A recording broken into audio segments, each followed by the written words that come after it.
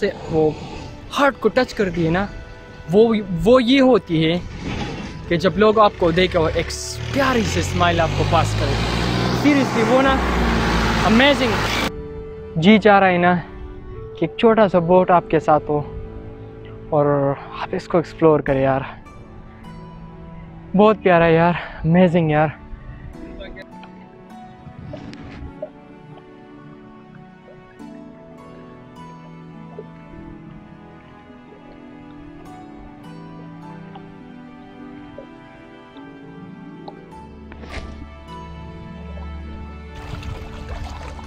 तो कैसा लग रहा है गाइस? ये जो है 11 साल से काम करता है, 11 साल से काम कर रहे हो, 11 साल से काम करता है और सिर्फ एक किश्ती जो भी उसकी नई है।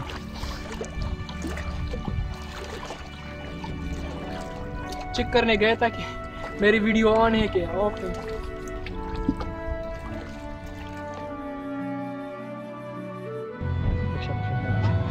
अस्सलाम वालेकुम, कैसे हो आप सब लोग? उम्मीद है कि आप सब खैरियत से होंगे। आज मैं हूँ एक SDO के साथ, जो एक बहुत प्यारे अंकल है और जहलम से आए हैं, स्पेशल टंडा डैम को विज़िट करने आए। उससे पूछते हैं कि यहाँ पे मतलब क्या होना चाहिए, ऐसी कौन कौन सी चीज़ें हैं, मतलब डेंजरस प्लेसेस है, यू कैन से कि बहुत बच्चे आते हैं, तो उसके लिए क्या एक नई चीज़ हो सकती है। तो उससे बात करते हैं, मिलते हैं। अस्सलाम वालेकुम सर। वालेकुम सलाम, क्या खैरियत से हैं? सब व्यूअर्स को सलाम। मैंने स्पेशली रखते सफ़र बांधा जी तांदा डैम के लिए, तो मुझे पता चला कि यहाँ पे बहुत अल्लाह का एक बड़ा ख़ास नज़ारे हैं यहाँ पे, वो तो देखे। बहुत अच्छा मैंने पाया इसको, लोकेशन बहुत प्यारी है।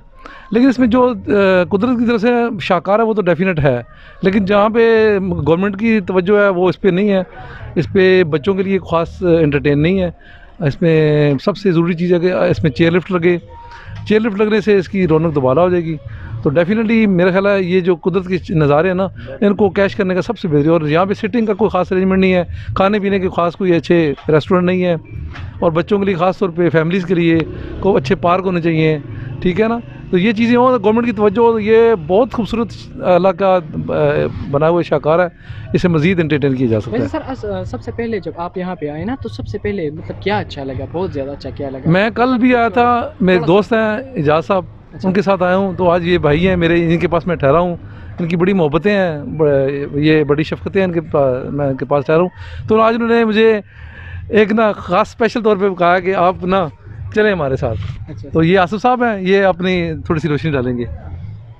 मेरी सिर्फ यही रिक्वेस्ट है कि बच्चों के लिए ना कम से कम झूले वगैरह इधर होने चाहिए, ताकि बच्चे आएँ वो इंटरटेन कर सकें।